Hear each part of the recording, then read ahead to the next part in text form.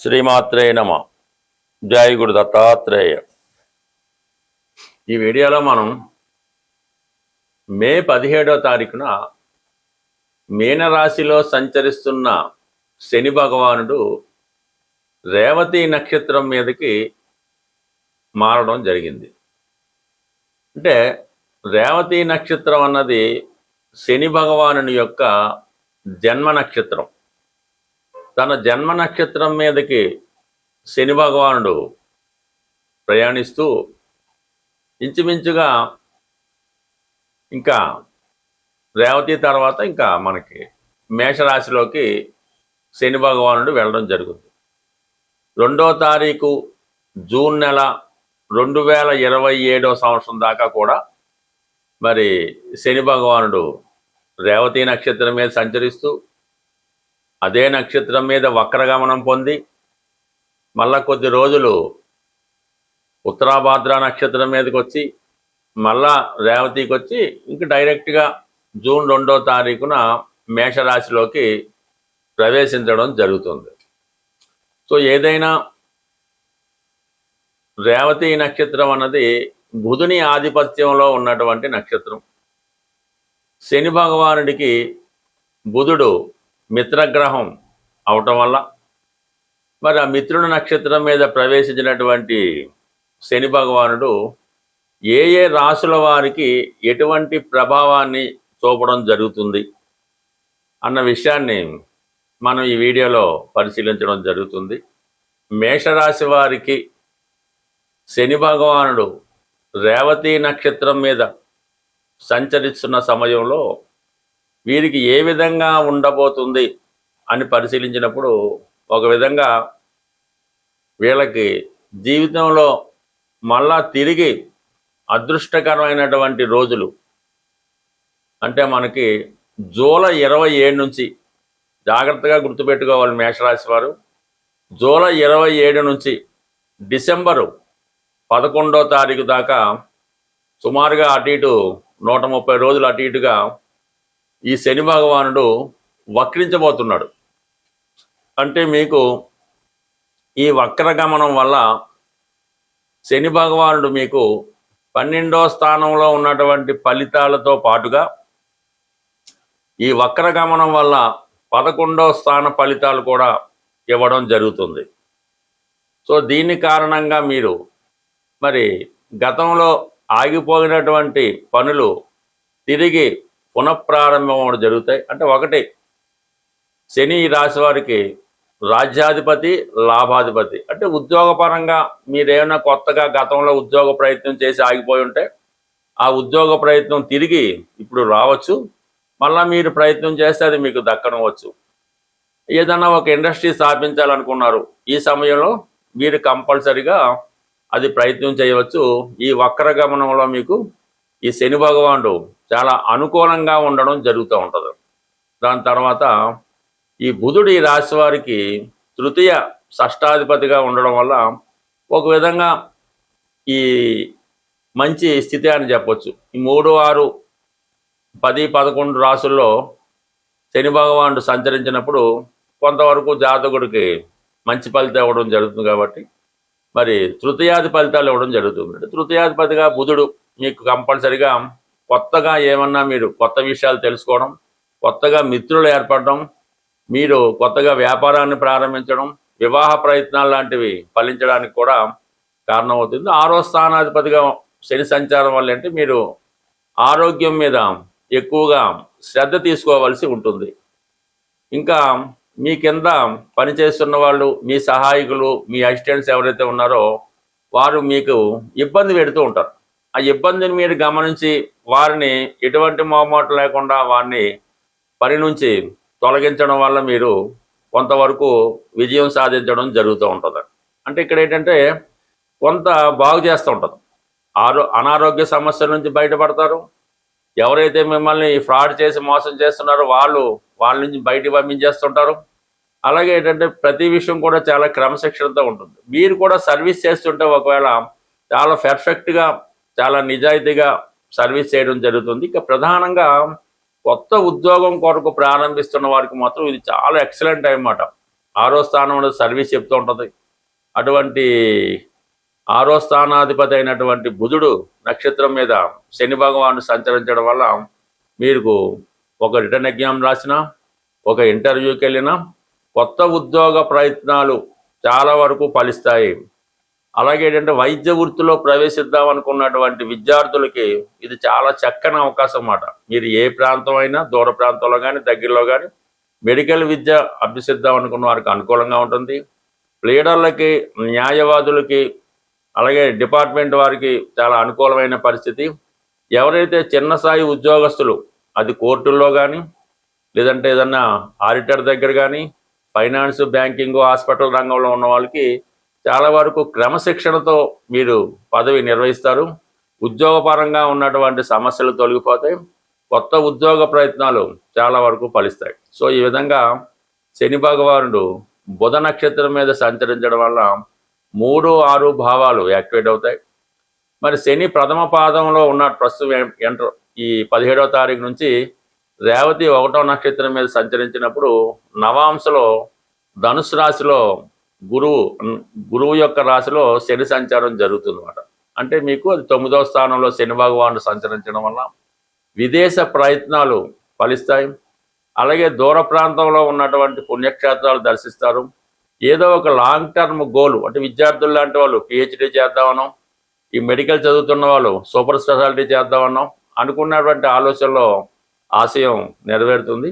అయితే శని భగవానుడు ఎప్పుడు కూడా మీకు అర్హత ఉంటేనే ఆ పదవి కానీ, ఆ చదువు కానీ, ఆ ఉద్యోగం కానీ రావడం జరుగుతుంది తప్ప అర్హత లేకుండా మీరు ఎంత ప్రయత్నం చేసినా అది మీకు రావడం అన్నది ఈ జన్మలో అయితే జరగదు. కాబట్టి మరి అర్హత ఉన్న వాటికి ప్రయత్నం చేస్తేనే మీరు ఇందాక చెప్పిన విషయాల్లో సాధించగలుగుతారు.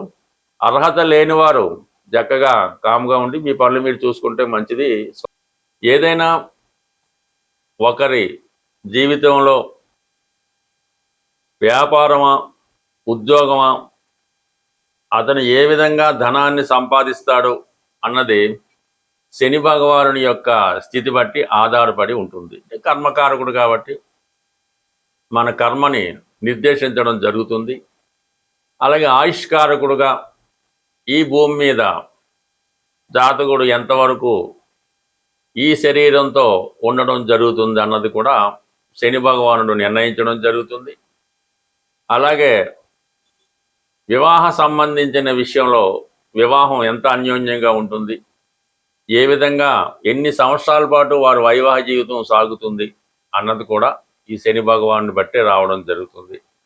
ఏదైనా అతని అలవాట్లు, ఆలోచనలు, అతని యొక్క ధర్మ కార్యక్రమాలు, చెడు కార్యక్రమాలు, వ్యసనాలు ఏదైనా శని భగవానుని బట్టే ఆధారపడి ఉంటుంది. జాతకుడిని అత్యంత హీనస్థితిలో చాలా విధంగా ఇబ్బందులు పెట్టడానికి, అంటే ఇంచుమించుగా మీకు అందరికీ తెలిసే ఉంటుంది, నలమహారాజు మహాచక్రవర్తి కూడా ఈవెన్ కట్టుకోవడానికి సరైన బట్ట లేకుండా ఇబ్బంది పడడం జరుగుతుంది. సో అలాగే వైభవాన్ని ఇస్తే ఎంత గొప్ప స్థాయికి తీసుకెళ్తాడో అది ఎవరు ఊహించలేనిది. సో ఈ విధంగా ఈ శని భగవానుడు రేవతి నక్షత్రం మీద ప్రయాణించున్న సందర్భంలో ప్రధానంగా ఉన్నటువంటి ఏ రాశుల వారికి ఏ విధంగా ఉంటుందో తెలుసుకుంటూ మరి ఈ పరిహారం, అంటే బుధుడు విద్యాకారకుడు, వ్యాపారకారకుడు, అందువలన వ్యాపార పరంగా కొద్దిగా ఆర్థిక మాంద్యం ఏర్పడడం కానీ, ప్రజల దగ్గర ధనం రొటేషన్ తగ్గడం కానీ, వ్యాపారాలు సజావుగా సాగకపోవడం, విద్యా సంస్థలు అంత సక్సెస్ఫుల్గా నడకపోవడం, విద్యార్థులు కూడా విద్య మీద పెద్ద శ్రద్ధ పెట్టకపోవడం, ఇవన్నీ కూడా అంటే బుధుని యొక్క కారకత్వాలన్నీ కూడా కొద్దిగా ఇబ్బంది పడుతూ ఉంటాయి. అంటే వాటిని లైన్లో దారిలో పెట్టే ప్రయత్నం శని భగవానుడు చేస్తాడు కాబట్టి. బట్ ఏదైనా వ్యాపారస్తులకు మాత్రం ఇది కొంతవరకు గడ్డు కాలం అనే చెప్పచ్చు. ప్రజల దగ్గర రొటేషన్ తగ్గుతూ ఉంటుంది, సేవింగ్స్ తగ్గుతూ ఉంటాయి, అలాగే వాళ్ళ దగ్గర కొనుగోలు శక్తి తగ్గుతూ ఉంటుంది. ఇవన్నీ కూడా ఏ రాశి వారికి ఏ ప్రభావం ఉంటుంది అన్నది, అంటే దీంతో పాటుగా వారి జన్మ పుట్టినప్పుడు ఉన్నటువంటి జన్మ చక్రం బట్టి, జాతక చక్రం బట్టి, జరుగుతున్న దశలను బట్టి, అప్పుడున్న గ్రహస్థితి బట్టి ఆధారపడడం జరుగుతుంది. బట్ ఏదైనా ఈ ప్రభావం ఏ రాశుల వారికి ఏ విధంగా ఉంటుందన్నది డీటెయిల్గా తెలుసుకుంటూ చివరిలో ఏ రాశికి ఏ పరిహారం చేసుకుంటే బాగుంటుంది కూడా మనం తెలుసుకొని శని భగవానుడి యొక్క అనుగ్రహానికి పాత్రలొద్దామని ఆశిస్తూ, ఏదైనా శని భగవానుడు గోచార రీత్యా కానీ దశారీత్యా కానీ ఇబ్బంది పడుతున్నప్పుడు చాలామంది ఈ పరిహారాలు అన్నవి చేయించడం జరుగుతూ ఉంటుంది. అందులో ప్రధానంగా శని భగవానుడికి తైలాభిషేకం, శని భగవానుడికి జపం చేయించడం, ఇవి నడుస్తూ ఉంటాయి. అయితే ఏదైనా శని భగవానుడి యొక్క పరిహారం చేద్దాం అనుకున్న వాళ్ళు ముందు వాళ్ళలో ఉన్నటువంటి బలహీనతల్ని తొలగించుకోవలసి ఉంటుంది. అప్పుడు మాత్రమే మీరు చేసే పరిహారం అన్నది మీకు రావడం జరుగుతుంది. ఏదో ఒక వ్యసనంతో మీరు బలహీనుడై ఉంటారు. అది స్మోకింగ్ అవ్వచ్చు, పాన్ అవ్వచ్చు, మందు అవ్వచ్చు, లేదంటే ఒక స్త్రీ మీద వ్యామోహం అవ్వచ్చు, లంచాలు తీసుకోవచ్చు, ఇతరులను ఇబ్బంది పెట్టవచ్చు. అవి ముందుగా మీరు విడిచిపెట్టినప్పుడు మాత్రమే ఈ పరిహారాలు మీకు వర్కౌట్ అవ్వడం జరుగుతుంటుంది.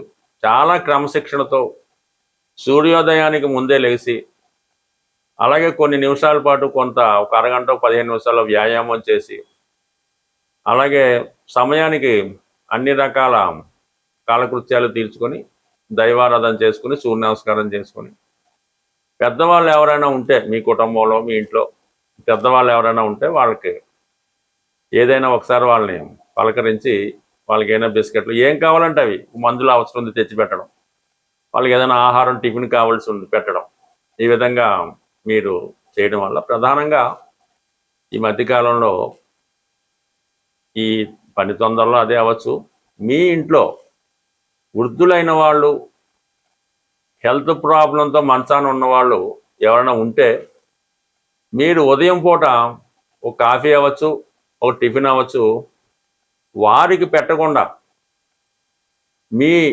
చిన్నపిల్లలు కానీ యజమాని కానీ ఎవరైతే యాక్టివ్గా ఉంటారో వాళ్ళు తినడం అన్నది చేయకూడదు. ముందుగా మీరు ఈ రెమెడీ పరిశీలించండి. మీ ఇంట్లో ఎవరైతే వృద్ధులు బలహీనులు ఉన్నారో వాళ్ళకి ముందు ఆహారాన్ని పెట్టి తర్వాత మీరు స్వీకరించడం వల్ల డైరెక్ట్గా మీరు శని భగవానుడికి ఆహారం పెట్టినట్టు ఫలితం మీరు పొందడం జరుగుతుంది. అలాగే కేవలం నెలకు ఒకసారైనా ఏదైనా వృద్ధాశ్రమాన్ని, అంటే అనాథలు ఎవరైతే కుటుంబ సభ్యులతో నిరాధించారో వాళ్ళ అనాథలు, వాళ్ళకి వెళ్ళి వాళ్ళకి అవసరమైనటువంటి ఆహారం కానీ పళ్ళు కానీ మాత్రలు కానీ మందులు కానీ కేవలం పరామర్శించడం ద్వారా కూడా కేవలం శని భగవానుడు ఈ విధంగానే అనుగ్రహిస్తాడు తప్ప మీరు లక్షలు వేలు ఖర్చు పెట్టి ఏదో జపాలు చేయించాం, హోమాలు చేయించాం, అది చేయించాం, ఇది చేయించాం అంటే జీరో ఉపయోగం. మీకు మీరుగా ఈ విధంగా మీ కుటుంబంలో వృద్ధుల్ని సేవించి వాళ్ళ యొక్క ఆశీర్వాదం పొందడం వల్ల, వారిని జాగ్రత్తగా చూడటం వల్ల కంప్లీట్గా మీ యొక్క శని మీకు అనుకూలించడం జరుగుతుంది. శని అనుకూలించినంతగా ఏ గ్రహం కూడా అనుకూలించదు. అందువలన శనిగ్రహ అనుగ్రహం ఉంటేనే మిగతా గ్రహాల అనుగ్రహం కూడా మీరు పొందడం జరుగుతుంది. మరి శని అనుగ్రహం పొందుతారని ఆశిస్తూ స్వస్తి.